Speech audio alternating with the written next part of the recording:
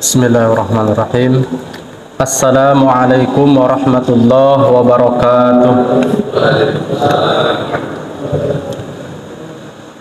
Alhamdulillahilladzi jama'ana fi hadzal maqamil mubarakah.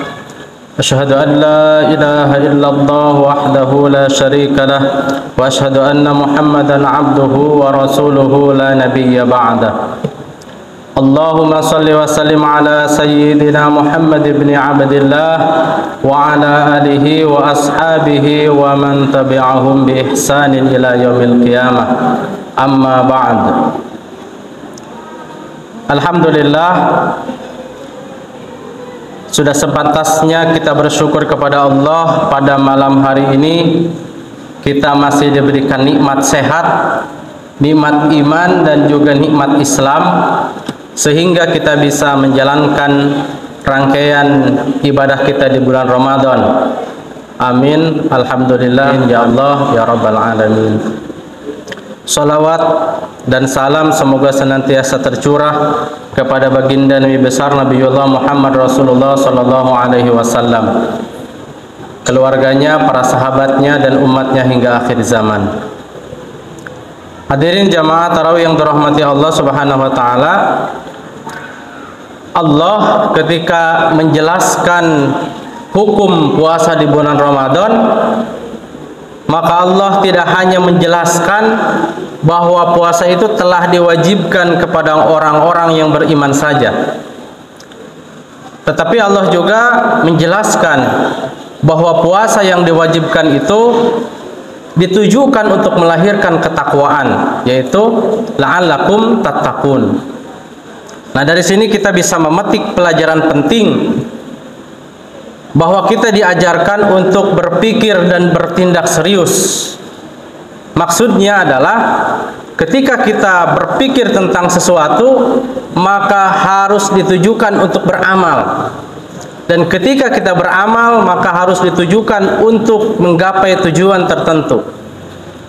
Ketika kita berpikir bahwa puasa itu wajib, maka harus ditujukan untuk beramal, yakni puasanya diamalkan atau dilaksanakan. Dan ketika kita berpuasa, maka ada tujuan yang ingin dicapai, yaitu la'allakum tattaqun, supaya kita menjadi orang-orang yang bertakwa. Hadirin jamaah tarawih yang dirahmati Allah, Islam mengajarkan bahwa hidup ini harus dijalankan dengan serius, dengan sungguh-sungguh, penuh perhitungan. Ketika kita menjalani hidup ini, maka kita harus tahu kenapa Allah ciptakan kita hidup di dunia ini. Untuk apa kita hidup di dunia ini? Apakah hanya sia-sia saja? Apa tujuan kita hidup di dunia ini? Maka Allah berfirman di dalam Quran surah Al-Mu'minun, kata Allah, afa hasibtum annama khalaqnakum abatha wa annakum ilaina la turja'un, kata Allah. Apakah kalian menduga bahwa kalian itu kami ciptakan hanya sia-sia saja, tanpa perhitungan, tanpa tujuan? Dan apakah kalian menduga bahwa kalian tidak akan dikembalikan kepadaku? Ini sebenarnya Allah menyuruh kita untuk berpikir. Apakah kita menduga bahwa Allah ciptakan kita itu hanya sia-sia saja, tanpa tujuan? Di dalam ayat yang lain Allah berfirman, "Wa ma khalaqtul jinna wal insa illa liya'budun." Tidaklah kami menciptakan jin dan manusia kecuali untuk beribadah. Di dalam bahasa Arab, kalau ada kata ma kemudian dilanjutkan dengan ila, itu adalah kalimat negasi yang paling kuat. Jadi artinya tidak ada tujuan yang lain, jadi hanya untuk beribadah saja. Maka ketika kita mengetahui tujuan kita, maka semua yang dikerjakan, semua yang diamalkan itu akan senantiasa bernilai ibadah, karena tujuannya itu. Kalau kita tidak tahu tujuan kita hidup di dunia, maka dia akan habis ditipu dengan dunia. Semua pekerjaannya ditujukan untuk dunia. Bahkan untuk itu dia sekolah bertahun-tahun dan dia bekerja terus dari pagi sampai malam misalnya, dan dia kumpulkan, dan ketika dia meninggal yang selama ini dia kumpulkan itu dia tidak bawa. Kenapa tidak dibawa? Padahal untuk itu dia sekolah bertahun-tahun, bahkan tidak segan-segan dalam bekerjanya. Misalnya di dalam pekerjaannya dia meninggalkan kewajiban, dia meninggalkan sholat, dia meninggalkan beribadah kepada Allah, bahkan tidak segan dia merampas hak orang lain. Tapi ketika dia meninggal, semua itu dia tidak bawa. Kenapa? Dia tidak tahu tujuan hidupnya. Akhirnya dia yang dihisab, kemudian ahli warisnya yang menikmati. Di mana akal pikiran kita? Hadirin jamaah tarawih yang dirahmati Allah Subhanahu wa taala, ketika seseorang mengetahui tujuan dari amalnya, maka dia akan berusaha mewujudkan tujuan itu dengan amalnya. Ketika kita tahu tujuan dari puasa kita, maka kita akan berusaha dengan keras untuk mewujudkan tujuan itu dengan puasa kita. Ketika kita tahu tujuan dari sholat kita, maka kita akan bersungguh-sungguh untuk mencapai tujuan itu dengan sholat kita dan yang lainnya. Jadi intinya sungguh-sungguh. Kenapa sungguh-sungguh? Karena ada tujuan yang ingin diraih. Makanya ketika kita berpuasa, tahu tujuan dari puasa kita, insya Allah akan serius, akan sungguh-sungguh menjalani ibadah puasanya.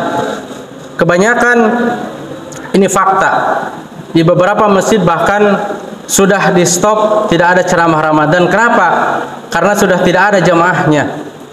Jadi makin kesini makin hilang semangatnya. Kenapa? Karena tidak ada tujuannya. Jadi ibadah itu harus ada tujuan. Diumpamakan misalnya di atas gunung disimpankan emas dan semua berlomba-lomba untuk mengambil emas itu. Jadi ketika semakin dekat maka semakin bersemangat. Kenapa? Karena yang ditujunya, yang dimaksud atau yang ingin diraihnya sudah dekat, makin dekat. Jadi makin tambah semangat harusnya. Hadirin jamaah tarawih yang dirahmati Allah, Rasulullah mengajarkan kepada kita untuk bersungguh-sungguh di dalam beramal. Rasulullah bersabda, "Innallaha yuhibbu idza amila ahadukum amalan ayyutkinahu." Rasulullah bersabda, Allah mencintai seseorang ketika melaksanakan amal itu dia lakukan dengan kukuh.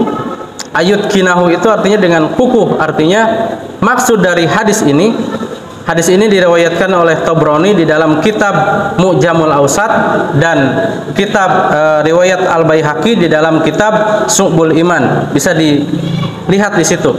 Dan maksud dari hadis ini adalah kita diajarkan untuk bersungguh-sungguh di dalam beramal, penuh perhitungan dan tidak asal menunaikan.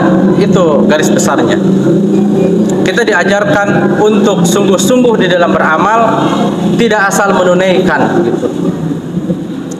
Hadirin jamaah tarawih yang dirahmati Allah, begitulah Islam mengajarkan kepada kita untuk sungguh-sungguh di dalam beramal.